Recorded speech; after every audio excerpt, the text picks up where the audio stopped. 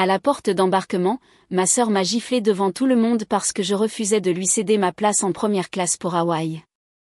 Alors, j'ai annulé tout son voyage et exposé tous les mensonges qu'elle avait racontés à nos parents. Salut Reddit. Ma sœur m'a agressé physiquement à la porte d'embarquement parce que j'ai refusé de me déclasser pour qu'elle puisse voyager en première classe sur un voyage que j'avais payé. Ce qui s'est passé ensuite l'a complètement détruite. Attachez vos ceintures, car ça va être mouvementé. Je m'appelle Jacques, j'ai 32 ans et je suis un homme, et j'ai passé la dernière décennie à bâtir une carrière d'ingénieur pétrolier dans le sud de la France. Ce n'est pas un travail glamour, principalement l'analyse de données de forage, l'optimisation des taux d'extraction et des semaines passées sur des sites éloignés où la civilisation la plus proche est une station-service à 40 km. Le travail implique de longues périodes sur le terrain, vivant dans des logements d'entreprise qui sont essentiellement des caravanes glorifiées, mangeant des plats micro-ondes et travaillant des quarts de 12 heures dans des conditions météorologiques allant de très chaud à glacial selon la saison. Mais ça paie extrêmement bien, genre 6 chiffres. Et j'ai été intelligent avec l'argent depuis mon premier chèque de paie. Pas de paiement de voiture fantaisiste, pas d'appartement de luxe en ville, pas d'effort pour impressionner les gens avec des montres chères ou des vêtements de marque. Je conduis un camion utilitaire, vis modestement et épargne la majeure partie de ce que je gagne. Ma sœur, Vanessa, 28 ans, a pris un chemin spectaculairement différent. Elle est ce qu'elle appelle une influenceuse lifestyle, ce qui signifie apparemment poster des photos de bols de smoothie et de méditation au coucher du soleil à ses 8000 abonnés tout en donnant des conseils sur la manifestation de l'abondance et la découverte de son moi authentique. La réalité est moins digne d'Instagram. Elle vit avec nos parents dans la même chambre qu'elle avait au lycée, travaille à temps partiel dans une boutique vendant des bougies et des coussins hors de prix, et n'a jamais payé de loyer de toute sa vie d'adulte. Sa contribution aux dépenses du ménage consiste à poster des photos des plats de maman et à taguer des entreprises locales pour de la visibilité. Nos parents, François et Catherine, sont des professeurs à la retraite qui vivent confortablement, mais pas de manière extravagante, dans la même maison de 3 chambres en banlieue d'Avignon où nous avons grandi. Ils ont passé 30 ans à faire face à des coupes budgétaires, des parents difficiles et des absurdités de tests standardisés. Papa enseignait l'histoire et entraînait une équipe de football. Maman enseignait à l'école primaire et a réussi à maintenir sa santé mentale malgré la gestion d'élèves de CP et de leurs parents hélicoptères pendant 3 décennies. Ce sont de bonnes personnes qui ont travaillé dur toute leur vie et méritent mieux que ce qu'elles ont obtenu, c'est pourquoi j'ai décidé d'y remédier. L'année dernière, j'ai conclu un contrat de conseil majeur analysant l'efficacité du forage pour une compagnie pétrolière de taille moyenne. Le projet a duré 6 mois de journées de 18 heures et de travail le week-end, mais il était assorti d'une prime substantielle. Le genre de prime qui vous fait penser à acheter un bateau que vous n'utiliserez jamais ou à passer à un camion avec des fonctionnalités dont vous n'avez pas besoin. Au lieu de cela, j'ai décidé d'emmener mes parents en vacances de rêve à Hawaï. Ils parlaient de visiter les îles aussi longtemps que je me souvienne. Maman avait ce livre de table basse sur les plages hawaïennes qu'elle feuilletait en hiver, soupirant devant l'eau turquoise et les palmiers. Papa avait des dossiers d'articles sur Pearl Harbor et l'histoire hawaïenne enregistrés sur son ordinateur, mais les pensions d'enseignants ne laissent pas beaucoup de place pour des vacances coûteuses. Et ils avaient toujours priorisé des choses pratiques comme réparer le toit ou remplacer le chauffe-eau plutôt que des escapades tropicales. J'ai réservé une semaine à Maui.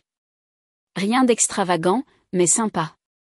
Un hôtel directement sur la plage avec vue sur l'océan, une voiture de location pour que nous puissions explorer l'île, et suffisamment de budget pour de bons restaurants et activités. J'ai tout recherché, les meilleurs spots de plongée avec tuba, les routes panoramiques, les restaurants locaux qui n'étaient pas des pièges à touristes. Pour moi, j'ai réservé la première classe. À 1,90 m et 95 kg, 6 heures dans un siège en classe économique n'est pas seulement inconfortable, c'est de la torture médiévale. Mes genoux s'enfoncent dans le siège devant moi. Je ne peux pas étirer mes jambes, et je me retrouve toujours avec les épaules courbées à force d'essayer de me caser dans un espace conçu pour des personnes 20 cm plus petites que moi. Alors, oui, j'ai payé un supplément pour l'espace pour les jambes et le confort. Je l'avais mérité. Mes parents ont eu la classe économique premium, pas la première classe, mais mieux que l'économie. Plus d'espace pour les jambes, de meilleurs sièges, de la nourriture réellement décente. Ils étaient ravis. Maman m'a appelé 3 fois après que je lui ai envoyé l'itinéraire juste pour dire à quel point elle était excitée. Voici la partie importante. Vanessa ne faisait pas partie de ce voyage à l'origine. Elle n'avait pas été invitée, n'avait pas été consultée, n'avait même pas été mentionnée pendant le processus de planification. J'avais délibérément organisé cela comme un cadeau spécifiquement pour mes parents. Un merci pour avoir supporté la bureaucratie de l'école publique pendant 30 ans et pour m'avoir soutenu pendant mes études d'ingénieur quand l'argent était serré. C'était leur voyage, leur récompense, leurs vacances. Mais d'une manière ou d'une autre, environ 2 semaines avant le départ, Vanessa connaissait chaque détail. Elle connaissait les dates, la compagnie aérienne, le nom de l'hôtel, même les activités que j'avais réservées. Et elle a décidé unilatéralement, sans demander, qu'elle venait aussi. La campagne d'inclusion a commencé lors de notre dîner dominical habituel chez mes parents. J'avais conduit 3 heures depuis le site de forage actuel, encore couvert de poussière et sentant le diesel, juste pour passer le week-end et finaliser les détails du voyage avec maman et papa. J'avais à peine franchi la porte que Vanessa m'a coincée dans la cuisine. Alors, j'ai regardé le voyage à Hawaï, dit-elle, faisant défiler son téléphone avec des ongles parfaitement manucurés. Il y a des opportunités de contenu incroyables là-bas. Cette cascade près de Hana serait parfaite pour ma série Bien-être, et le lever du soleil à Alakala. Un éclairage incroyable pour les photos. J'étais épuisée par la route et pas d'humeur pour l'angle qu'elle travaillait. C'est super, Vanessa. Amuse-toi à planifier ton propre voyage. Elle me regarda comme si j'avais suggéré quelque chose d'absurde. Mon propre voyage ? Jacques, je parle de notre voyage en famille. Celui que tu as planifié. Le voyage que j'ai planifié pour maman et papa, pas pour toi. Son expression est passée à une confusion blessée, ce qui était sa tactique habituelle quand quelqu'un ne lui donnait pas immédiatement ce qu'elle voulait. Pourquoi ne serais-je pas incluse ? Je suis de la famille. Parce que je ne t'ai pas invitée. C'est un cadeau pour nos parents, pas des vacances en groupe. C'est assez blessant, dit-elle, sa voix prenant ce tremblement qui signifiait qu'elle se préparait à la manipulation émotionnelle. Tu es en train de dire que je ne fais pas partie de cette famille ? J'ai expliqué que ce n'était pas du tout ce que je disais. Je disais que j'avais planifié un voyage spécifique pour des personnes spécifiques. Et ajouter quelqu'un à la dernière minute compliquait la logistique, perturbait les réservations et changeait toute la dynamique de ce qui était censé être des vacances relaxantes pour 2 personnes qui l'avaient mérité. Tu ne penses pas que j'ai mérité des vacances, rétorqua-t-elle. Je travaille dur aussi, tu sais. La version de Vanessa du « travailler dur » consistait à poster 3 photos par jour et à se présenter occasionnellement à ses quarts de travail en boutique quand elle en avait envie. Mais le fait de le souligner ne ferait que déclencher une dispute. Alors, j'ai essayé une approche différente. Je suis sûre que tu travailles dur à ta manière, mais ce voyage est planifié, payé et organisé pour 3 personnes. Je suis désolée que tu n'aies pas été incluse, mais c'est comme ça. Elle me regarda longuement, manifestement en train d'examiner ses options de tactique de manipulation. Puis, elle entra dans la salle à manger où nos parents mettaient la table et annonça d'une voix tremblante de tristesse feinte, « Jacques dit que je ne suis pas invitée au voyage familial à Hawaï. » Le visage de maman montra immédiatement de l'inquiétude. « Quoi, Jacques ? De quoi parle-t-elle ? » Et juste comme ça, j'étais le méchant. Pas Vanessa pour s'être invitée à quelque chose dont elle ne faisait pas partie, mais moi pour avoir fait respecter une limite. Papa a essayé de faire la médiation. Asseyons-nous tous et parlons-en calmement. Autour d'un rôti que j'avais perdu l'appétit de manger. Vanessa a exposé son cas. Elle se sentait exclue. Elle avait l'impression que je ne la valorisais pas en tant que sœur. Elle avait l'impression que j'utilisais l'argent pour créer des divisions dans la famille. Chaque déclaration était soigneusement élaborée pour me faire passer pour un méchant tout en se positionnant comme la victime. Je veux juste passer du temps avec ma famille, dit-elle, les yeux brillants. Est-ce si mal ? Maman semblait déchirée. Jacques, mon chéri, peut-être pourrions-nous faire de la place pour une personne de plus. Ce serait bien d'avoir tout le monde ensemble. Tout le monde est ensemble, ai-je répondu. Les 3 personnes que j'ai invitées. Tu es assez rigide à ce sujet, observa papa, essayant sa voix d'enseignant diplomate. Quelle est la vraie raison pour laquelle tu ne veux pas que ta sœur soit là? La vraie raison était compliquée. C'était des années à regarder Vanessa obtenir un traitement spécial pendant que j'étais censée être responsable. C'était chaque fois que je la tirais d'un mauvais pas financièrement, ce qui arrivait au moins 2 fois par an. C'était la façon dont elle traitait chaque réunion de famille comme une opportunité de photo pour ses réseaux sociaux au lieu d'un véritable moment de qualité. C'était le fait de savoir que si elle venait, le voyage cesserait d'être pour maman et papa et commencerait à être pour les besoins de création de contenu de Vanessa. Mais dire tout cela me ferait paraître mesquin et jaloux. Alors, j'ai opté pour quelque chose de plus simple. J'ai planifié un voyage pour 3 personnes. Ajouter une 4e personne si tard signifie tout réorganiser. Je peux payer mon propre chemin, annonça Vanessa, ce qui aurait été plus impressionnant si elle ne m'avait pas emprunté 300 € 2 mois plus tôt que je n'avais toujours pas revu. Maman sauta sur l'occasion. Vois, elle paiera son propre chemin. Problème résolu. Je voyais où cela allait. Si je continuais à refuser, je serais le déraisonnable. Le frère rigide et contrôlant qui ne pouvait pas être flexible pour sa sœur.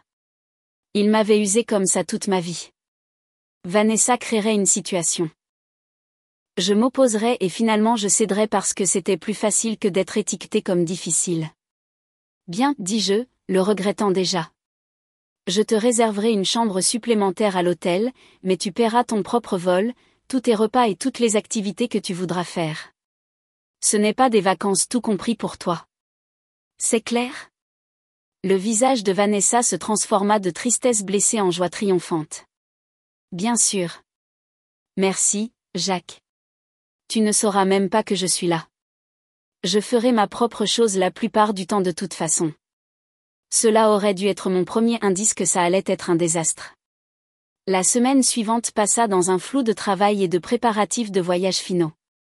J'ai coordonné avec l'hôtel pour la chambre supplémentaire, ce qui m'a coûté plus cher car j'avais réservé pendant une période promotionnelle qui avait depuis expiré. J'ai envoyé à Vanessa les informations de vol et les détails de l'hôtel, lui rappelant explicitement qu'elle devait réserver son propre billet d'avion. Elle a répondu par un emoji, pouce levé. J'ai supposé que cela signifiait qu'elle s'en était occupée. 2 jours avant le départ, à 5h47 du matin, mon téléphone a sonné. J'étais déjà réveillée. Les quarts de travail matinaux sur les sites de forage signifiaient être fonctionnels avant le lever du soleil, mais à peine assez cohérents pour une conversation. Nous avons un problème, annonça Vanessa sans préambule ni salutation. Quel genre de problème, ai-je demandé, en versant du café et en me préparant mentalement à la crise qu'elle avait créée. Les vols sont tous foutus. J'ai regardé les réservations et les seules places disponibles sur ton vol sont en classe économique de base, tout au fond, genre rangée 38. Ça ne va pas marcher. Je lui ai rappelé que des millions de personnes voyageaient en classe économique tous les jours et survivaient à l'expérience. 6 heures dans un siège d'avion normal ne la tueraient pas, tu ne comprends pas, dit-elle, et j'entendais une pointe de panique dans sa voix. Je dois être sur le même vol pour les photos d'arrivée de la famille. Mes abonnés s'attendent à ce genre de contenu. Mais je ne peux pas poster de photos depuis un siège terrible à l'arrière de l'avion. L'éclairage est affreux là-bas et ça fait cheap. L'audace de cette déclaration m'a frappé comme de l'eau froide. Elle se plaignait de la qualité du siège sur un vol qu'elle avait été chargée de réserver elle-même pour un voyage auquel elle s'était invitée parce que ça n'aurait pas l'air assez bien pour ses 8000 abonnés Instagram. Vanessa, ce n'est pas mon problème. Tu savais que tu devais réserver ton propre vol. Tu as attendu trop longtemps et maintenant tu en subis les conséquences. Mais j'ai supposé que tu allais coordonner avec moi. Je pensais que tu allais bloquer des sièges pour toute la famille. Pourquoi supposerais-tu ça? Je t'ai spécifiquement dit de t'occuper de ta propre réservation de vol parce que c'est ce que fait la famille. Sa voix montait. Il coordonne. Il s'assure que tout le monde a de bons sièges ensemble. J'ai fait remarquer que la famille ne s'invitait pas non plus à des voyages pour ensuite se plaindre des arrangements. Elle savait depuis des semaines qu'elle devait réserver un vol. Si elle voulait un meilleur siège, elle aurait dû réserver plus tôt. C'est tellement typique de toi, lâcha-t-elle. Tu as tout cet argent et tu ne peux même pas aider ta sœur à avoir un siège décent. T'aider? Vanessa? Je ne t'ai même pas invité à ce voyage. Tu t'es invité, tu as promis de payer ton propre chemin, et maintenant tu es en colère parce que les conséquences d'une réservation tardive signifient que tu as un siège en classe économique. Ce n'est pas mon problème à résoudre. Tu es un égoïste salaud, dit-elle. Mes abonnés s'attendent à un certain niveau de qualité. Si je poste du contenu d'avion horrible, ça nuit à ma marque. Sa marque? Sa marque a 8000 abonnés qui ne lui avaient jamais rapporté un centime de revenu réel. Sa marque qui existait principalement dans son propre esprit comme justification pour vivre sans loyer et travailler à temps partiel. Débrouille-toi, lui ai-je dit. Je dois aller travailler. Elle a raccroché sans dire au revoir. J'ai supposé qu'elle était en colère, mais qu'elle finirait par réserver le billet et que nous gérerions tous la situation des sièges une fois là-bas. J'aurais dû savoir mieux. Vanessa n'acceptait jamais les situations qu'elle n'aimait pas. Le matin du départ est arrivé avec ce mélange d'excitation et d'épuisement qui accompagne les réveils à 4 heures du matin. J'ai conduit chez mes parents pour les chercher. Mon camion était chargé de bagages et de collations pour le trajet jusqu'à l'aéroport. Maman et papa attendaient déjà sur le porche quand je suis arrivée, assis sur leurs valises assorties comme des enfants attendant le bus scolaire. Maman avait acheté une nouvelle robe d'été spécialement pour le voyage, à imprimé floral avec des palmiers. Papa portait sa chemise hawaïenne, qui venait en fait de chez Carrefour, mais il l'adorait quand même. Il comptait les jours depuis des mois, rayant les dates du calendrier de la cuisine et planifiant ce qu'il ferait en premier quand nous atterririons. Voir leur excitation valait bien le réveil matinal et le long trajet. Ces personnes avaient passé 30 ans dans des salles de classe à faire face à des coupes budgétaires, à la pression des tests standardisés et à des parents qui pensaient que leur enfant était un génie. Même si le petit Jean ne savait pas lire au niveau de sa classe, il méritait ses vacances plus que quiconque que je connaisse. Nous sommes arrivés à l'aéroport avec beaucoup de temps. L'enregistrement s'est déroulé sans problème. Les bagages ont été étiquetés et chargés, et nous nous sommes dirigés vers la sécurité, nous sentant bien. C'est à ce moment-là que Vanessa est apparue. Elle avait l'air d'avoir dormi peut-être 90 minutes. Ses cheveux habituellement coiffés étaient en chignon désordonné avec des mèches qui dépassaient à des angles étranges. Son maquillage était maculé sous ses yeux. Elle traînait une énorme valise qui dépassait clairement la limite de taille, et elle avait cette énergie frénétique qui a immédiatement déclenché des signaux d'alarme. « Vous voilà, dit-elle, légèrement essoufflée. Je vous ai envoyé des messages pendant 1 heure. J'avais délibérément mis mon téléphone en silencieux pour le trajet, voulant profiter de la conversation avec maman et papa sans interruption constante. Qu'est-ce qui se passe? Nous devons parler tout de suite avant de passer la sécurité. J'ai suggéré que nous pourrions parler à la porte d'embarquement après la sécurité, mais elle a insisté pour que nous réglions cela immédiatement. Quelque chose dans son ton a clairement indiqué que ce ne serait pas une conversation rapide. Papa avait l'air inquiet.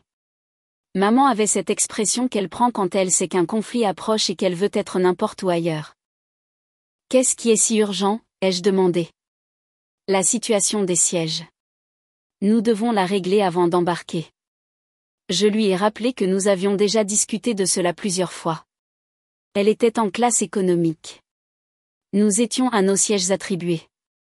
C'était l'arrangement qu'elle avait accepté quand elle a rejoint le voyage.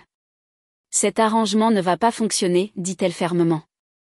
Comme si elle était raisonnable au lieu d'être exigeante. J'ai besoin d'un meilleur siège pour le contenu de vol. Mes abonnés s'attendent à des photos de qualité et la rangée 38 ne le permet pas.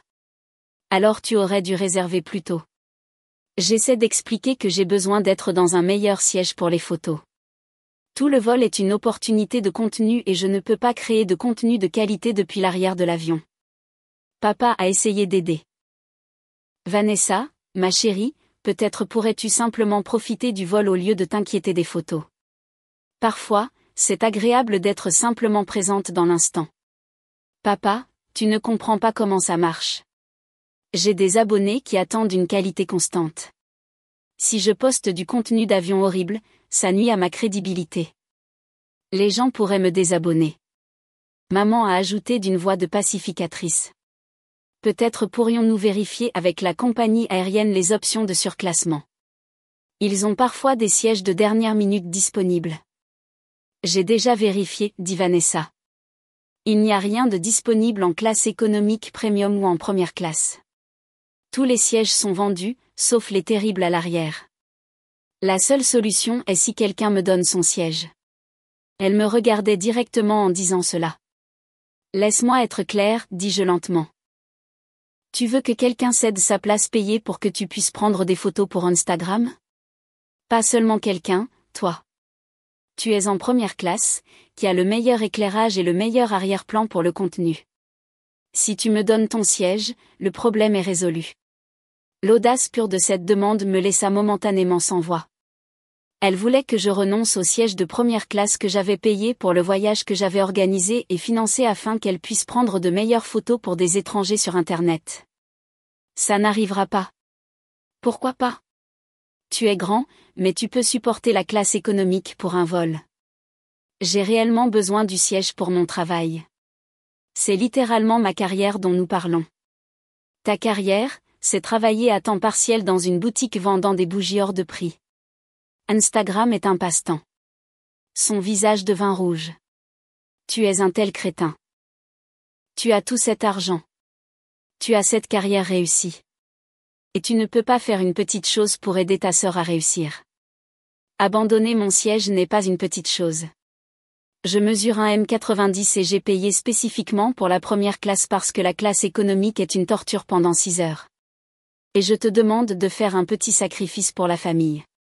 Mais je suppose que ton confort est plus important que de soutenir mes objectifs de carrière. Des gens commençaient à nous regarder. Une famille avec de jeunes enfants s'est déplacée de l'autre côté de la zone d'attente. Un homme d'affaires en costume a levé les yeux de son ordinateur portable et a froncé les sourcils. Papa avait l'air mortifié. Maman étudiait sa carte d'embarquement comme si elle contenait les secrets de l'univers. J'ai dit à Vanessa une dernière fois, calmement, clairement, que je ne céderais pas mon siège. Elle pouvait soit accepter le siège qu'elle avait réservé, soit manquer complètement le vol. Son choix. Bien, dit-elle, la voix tendue par une rage à peine contenue. Nous verrons ce que maman et papa penseront de leur fils égoïste et non solidaire quand nous serons tous à Hawaï. Je suis sûre qu'ils adoreront savoir que leur fils se soucie plus de l'espace pour les jambes que de la carrière de sa propre sœur. Nous avons passé la sécurité sans autre incident. J'ai cru que la réalité de la situation avait enfin pénétré et qu'elle avait accepté que sa manipulation n'avait pas fonctionné. Je me suis royalement trompée à ce sujet. À la porte, mes parents et moi nous sommes installés dans la zone d'attente. Papa a sorti son livre sur l'histoire d'Hawaï. Maman a fait défiler son téléphone, regardant les recommandations de restaurants que je lui avais envoyées.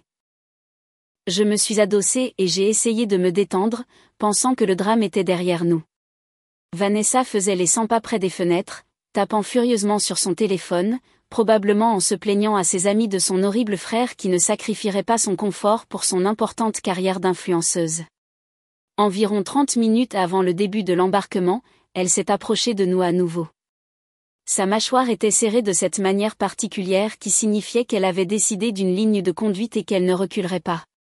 C'était Vanessa en mode manipulation totale, et je l'avais vue assez de fois pour reconnaître le schéma. J'y ai réfléchi, commença-t-elle, sa voix prenant ce ton de personne raisonnable qu'elle utilisait lorsqu'elle décidait qu'elle avait raison et que tout le monde avait tort. Et j'ai vraiment besoin que tu reconsidères la situation des sièges.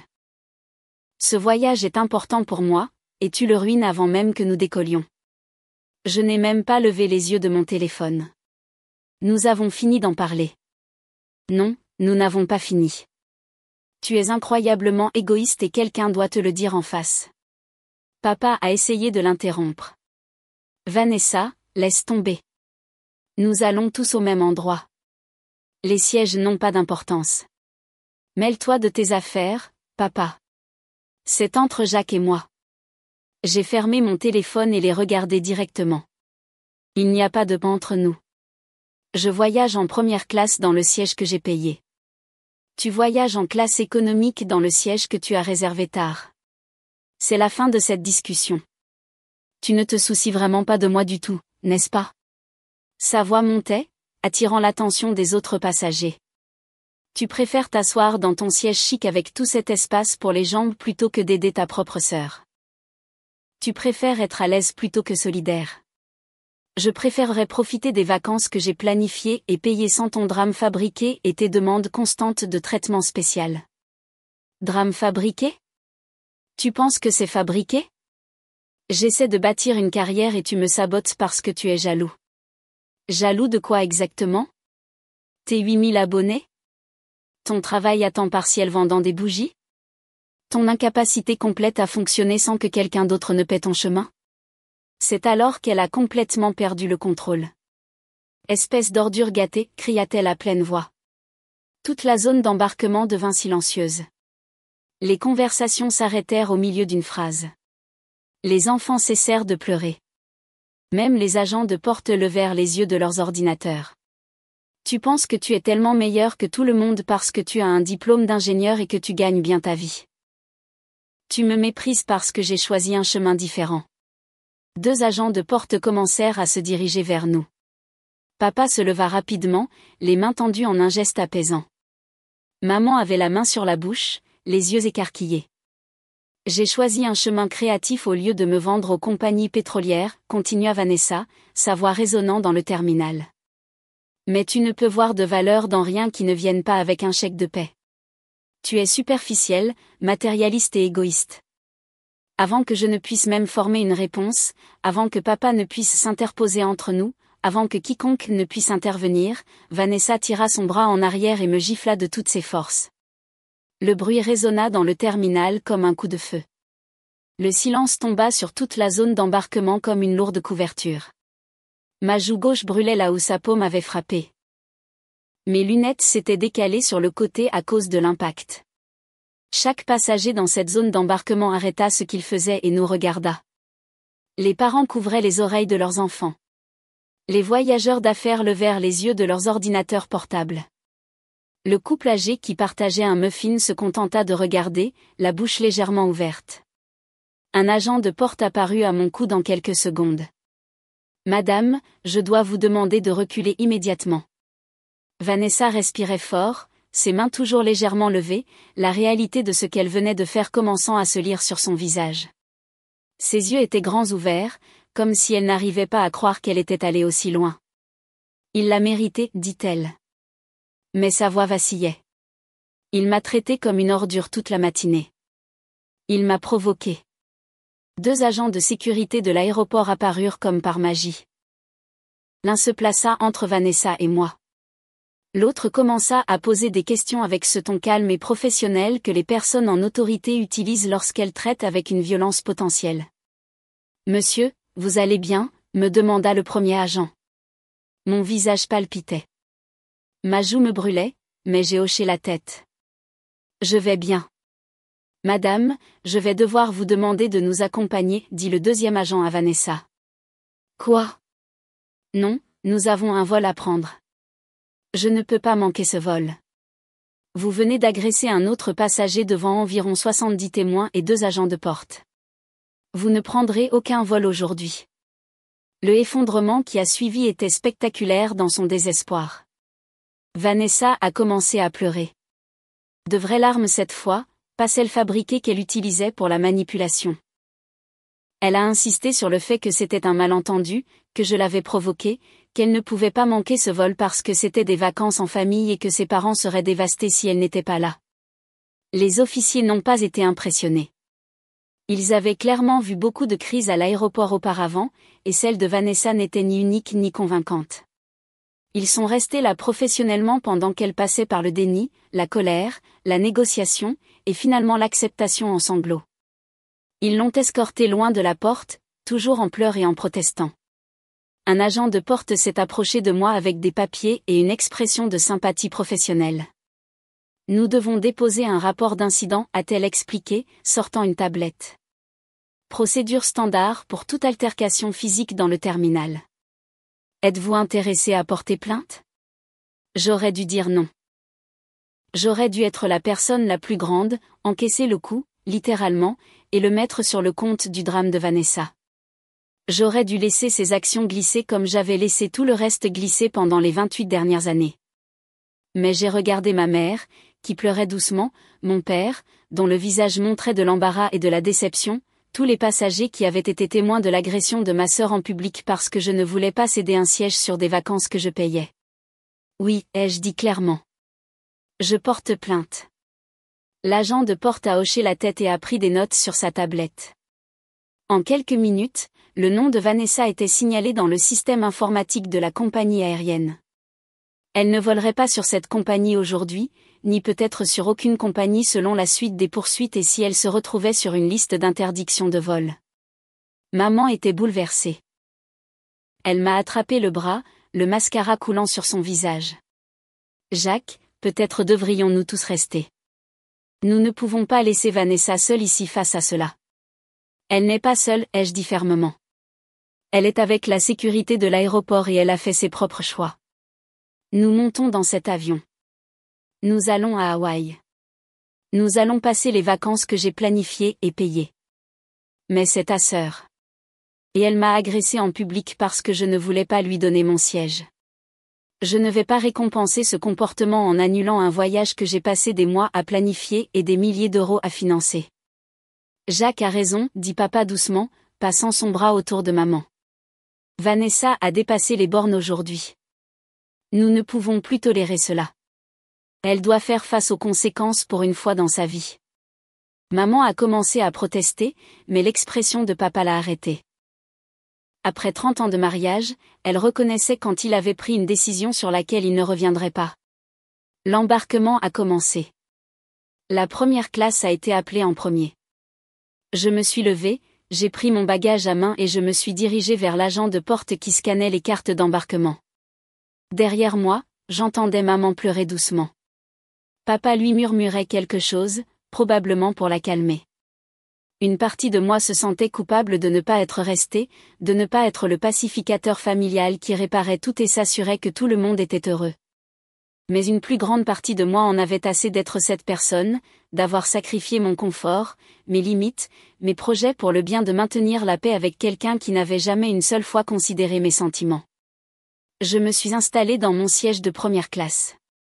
L'hôtesse de l'air a apporté des noix chaudes et des boissons. J'ai mis mes écouteurs, choisi un film et essayé d'ignorer les messages de culpabilité de Vanessa qui inondaient déjà mon téléphone avant même que nous décollions.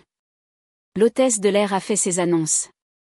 L'avion a reculé de la porte et nous avons laissé Vanessa derrière, face à la sécurité de l'aéroport et aux conséquences de ses propres actions. Maman a pleuré pendant la première heure du vol. Je pouvais voir papa lui tenir la main depuis mon siège. Je pouvais le voir lui parler doucement, probablement en la rassurant que ce n'était pas de sa faute, qu'il faisait ce qu'il fallait en ne tolérant plus le comportement de Vanessa. À la deuxième heure, ils avaient sorti le guide et commençaient à discuter des plages à visiter en premier.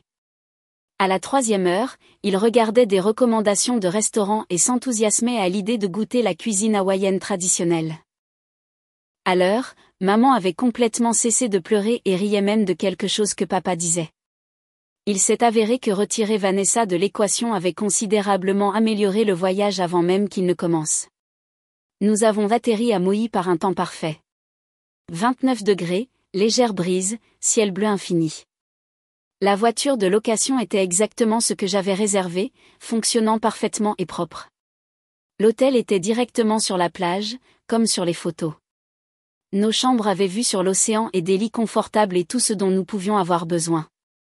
Ce premier coucher de soleil, en regardant mes parents marcher le long de la plage, se tenant la main et prenant des photos ensemble, m'a rappelé exactement pourquoi j'avais planifié ce voyage. C'était ce que j'avais voulu. Mes parents se relaxant, s'amusant, expérimentant quelque chose de beau sans stress ni conflit. Vanessa a envoyé environ 200 SMS pendant notre première journée. Ils allaient de la fureur à la manipulation en passant par l'apitoiement, parcourant toutes les tactiques de manipulation émotionnelle qu'elle avait perfectionnées au fil des ans. J'espère que tu es content. Je suis coincée à la maison pendant que vous êtes tous à Hawaï sans moi. Maman est dévastée. Tu as complètement ruiné cette famille. Les accusations d'agression vont me coûter des milliers en frais d'avocat. Merci d'avoir détruit ma vie pour un stupide siège. Je n'arrive pas à croire que tu fasses ça à ta propre sœur. Tu es sans cœur. Papa a dit qu'ils devront peut-être payer ma caution si je suis arrêtée. Tu fais littéralement vivre l'enfer à nos parents. J'ai éteint mon téléphone et je me suis concentrée sur les vacances. Les 3 jours suivants ont été tout ce que j'espérais. Nous avons fait de la plongée avec tuba au cratère de Molokini où maman a vu une tortue de mer et a pleuré de joie. Nous avons parcouru la route de Hana, nous arrêtant à chaque cascade et point de vue panoramique pour prendre des photos. Nous avons regardé le lever du soleil à Haleakala, debout au sommet d'un volcan dormant tandis que le ciel prenait des couleurs dont je n'avais pas de nom. Nous avons mangé dans des restaurants avec vue sur l'océan où papa a essayé toutes les sortes de poissons frais et maman est tombée amoureuse du gâteau renversé à l'ananas fait avec de vrais ananas hawaïens. Nous avons fait un tour en hélicoptère et avons vu des parties de l'île que la plupart des touristes n'accèdent jamais. Nous avons passé une journée entière à nous prélasser sur la plage, à lire des livres, à nager et à faire la sieste sous un parasol. Mes parents passaient le meilleur moment de leur vie. Maman a pris environ 800 photos sur son téléphone. Papa a acheté une statue Tiki sculptée qu'il prévoyait de mettre dans leur jardin. Ils se tenaient la main pendant le dîner, riaient aux blagues de l'un et de l'autre, et avaient l'air plus détendus que je ne les avais vus depuis des années. Le 4e jour, papa et moi prenions le petit déjeuner sur la véranda de l'hôtel quand il a abordé la situation à la maison. Ta mère veut savoir si tu vas retirer les accusations contre Vanessa, dit-il prudemment, ne me regardant pas tout à fait dans les yeux. Non. Il hocha la tête comme s'il s'attendait à cette réponse. Elle t'a giflé en public. Je n'excuse pas cela. Mais tu es son frère, et cela pourrait avoir de graves conséquences légales pour elle.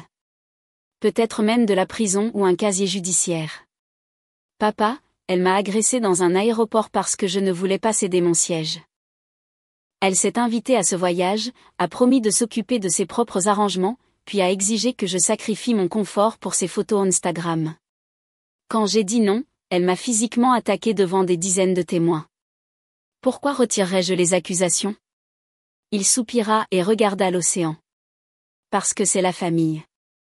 Parce que ta mère est folle d'inquiétude de ce qui va se passer. Parce que même quand les gens font des choix terribles, parfois nous choisissons le pardon plutôt que la punition. Maman s'est inquiétée pour Vanessa toute sa vie. Inquiète pour ses notes, sa situation professionnelle, ses finances, son état émotionnel. Pendant ce temps, personne ne s'inquiétait pour moi parce que j'étais organisée. Personne ne vérifiait si j'allais bien, si j'avais besoin de soutien, si la pression constante d'être le responsable ne m'épuisait pas. Ce n'est pas juste, dit papa doucement. Nous vous aimons tous les deux également. Vous nous aimez également, mais vous ne nous avez jamais traités également. Vanessa s'est tirée d'affaire avec un comportement que vous n'auriez jamais toléré de ma part.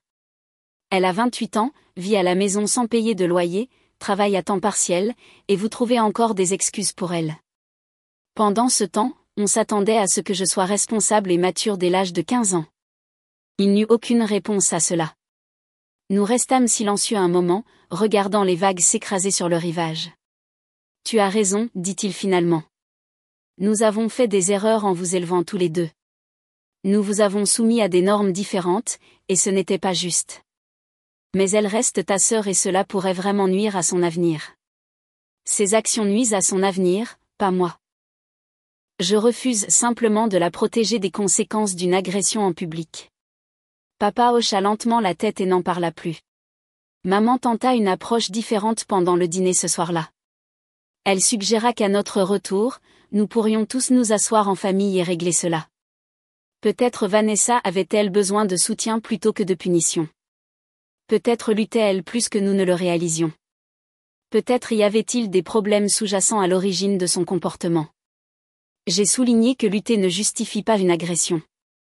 Beaucoup de gens ont des vies difficiles, du stress financier, de l'incertitude professionnelle et des problèmes de santé mentale sans agresser physiquement leurs frères et sœurs dans les aéroports. Elle a toujours été sensible, dit maman. Comme si cela expliquait quoi que ce soit. Elle a 28 ans. Être sensible n'excuse pas un comportement violent. À un moment donné, elle doit être tenue responsable de ses actes. Tu ne vas vraiment pas retirer les accusations ? Non, maman. Je ne le ferai pas. Elle eut l'air déçue et triste, mais elle n'insista pas. Le reste du dîner se passa tranquillement avec des commentaires occasionnels sur la nourriture ou les projets pour le lendemain. Le 6e jour, mes parents avaient complètement cessé de parler de Vanessa. Ils étaient trop occupés à profiter des vacances pour se concentrer sur le drame qui se déroulait à des milliers de kilomètres. Nous avons fait une excursion en catamaran où nous avons vu des dauphins. Nous avons assisté à un luau traditionnel avec des danseurs de feu et un cochon rôti. Nous avons loué des vélos et avons roulé le long de la côte, nous arrêtant pour de la glace pilée et des photos. Le matin du 7e jour, notre dernier jour complet avant de rentrer à la maison. Papa a frappé à la porte de ma chambre d'hôtel vers 7 heures du matin. « Tu as une minute pour parler ?» demanda-t-il. Nous nous sommes assis sur le balcon surplombant l'océan. Il est resté silencieux pendant longtemps, se contentant de regarder les surfeurs pagayer pour attraper les vagues matinales. « Ta mère et moi avons parlé, dit-il finalement. De Vanessa, de la façon dont nous vous avons élevé différemment? Des attentes injustes que nous avons placées sur toi? J'attendais, ne sachant pas où cela allait. Tu as raison sur tout ce que tu as dit. Nous l'avons vraiment encouragé. Nous t'avons soumis à des normes plus élevées tout en lui trouvant des excuses pour son comportement. Nous pensions que nous l'aidions en étant solidaires et compréhensifs, mais nous avons en fait créé quelqu'un qui ne sait pas gérer la déception ou prendre la responsabilité de ses actes. Oui, je suis désolée de t'avoir mis dans cette position pendant tant d'années. Désolée de t'avoir demandé d'être le plus mûr et le plus responsable tout en la laissant agir comme une enfant. Ce n'était pas juste envers toi, et ça ne l'a pas aidé non plus. Nous vous avons tous les deux échoué de différentes manières. C'était la première véritable excuse que j'avais reçue de l'un de mes parents concernant la vie de double standard avec laquelle j'avais vécu. Merci, papa. Ça signifie quelque chose. Vas-tu toujours porter plainte? Oui. Il hocha la tête sans surprise. Bien. Elle a besoin de faire face à de vraies conséquences pour une fois dans sa vie. Peut-être que ce sera enfin le coup de semonce dont elle a besoin. Nous nous sommes assis ensemble, regardant le lever du soleil. Et pour la première fois depuis des années, j'ai eu l'impression que mon père me comprenait vraiment. Le vol de retour fut paisible.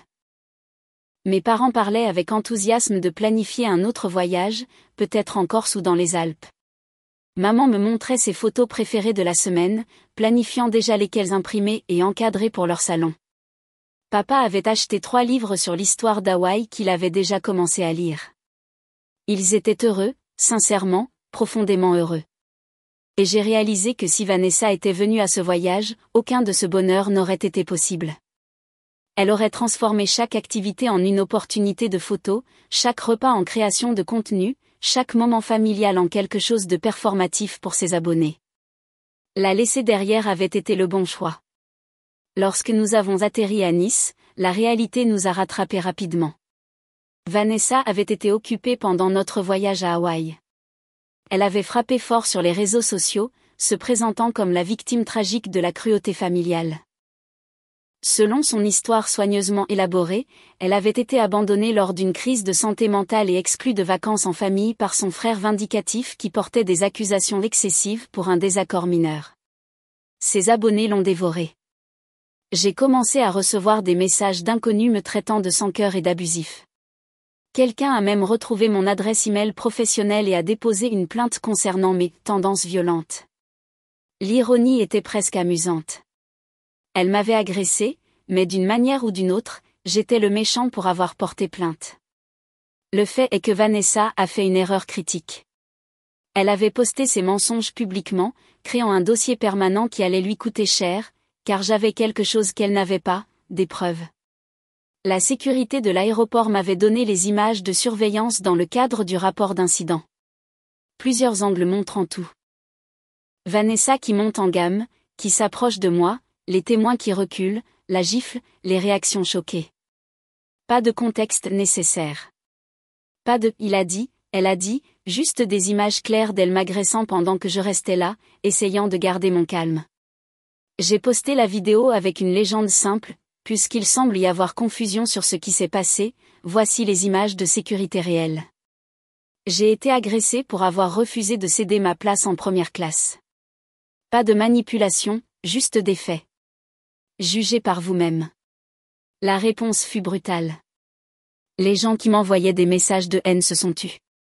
Les abonnés de Vanessa qui la défendaient ont commencé à exiger des explications. Les commentaires sur son post sont passés de solidaires à accusateurs. En quelques heures, Vanessa a tenté de contrôler les dégâts, affirmant que la vidéo était hors contexte et que je l'avais provoquée émotionnellement hors caméra. Personne n'y a cru. Les preuves étaient trop claires. Son nombre d'abonnés a chuté comme une pierre. En 48 heures, elle avait perdu plus de 2000 abonnés. Les petites marques se sont discrètement éloignées. La boutique où elle travaillait à temps partiel l'a licenciée après que la propriétaire ait vu la vidéo. En une semaine, elle a supprimé la plupart de ses réseaux sociaux et a pratiquement disparu d'Internet. Maman a appelé, bouleversée que j'ai humilié Vanessa en postant la vidéo. Elle s'est humiliée elle-même, ai-je dit. Tout ce que j'ai fait, c'est poster la vérité. Elle a perdu tout ce qu'elle construisait. Elle a perdu une crédibilité qu'elle n'a jamais méritée. Peut-être apprendra-t-elle que les actions ont des conséquences. Les accusations d'agression ont été maintenues. Vanessa a essayé de les contester, mais les preuves étaient accablantes. Elle a finalement accepté un accord de plaidoyer, coupable d'agression simple, 1 an de probation, 40 heures de travaux d'intérêt général et remboursement de mes frais de justice.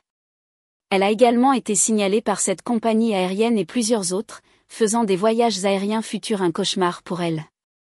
Mes parents se sont lentement ralliés à ma position. Ils ont cessé de trouver des excuses et ont cessé de s'attendre à ce que je sacrifie mes limites. Papa et moi avons commencé à avoir de vraies conversations. Maman m'envoyait des recettes, de petites choses montrant qu'il commençait à me voir comme une personne, pas seulement le fils responsable qui résolvait les problèmes. Vanessa et moi ne nous parlons plus. La dernière fois que j'ai eu de ses nouvelles, elle avait déménagé à Bordeaux, travaillant au service client pour une entreprise de vente au détail en ligne, vivant dans un petit appartement avec un colocataire. Fini les rêves d'influenceuse, fini la vie sans loyer, fini l'attente que d'autres personnes financent son mode de vie. Si vous avez apprécié cette vidéo, n'hésitez pas à cliquer sur le bouton d'abonnement. Cela aide vraiment la chaîne et nous aide à vous apporter plus et de meilleures histoires. Merci.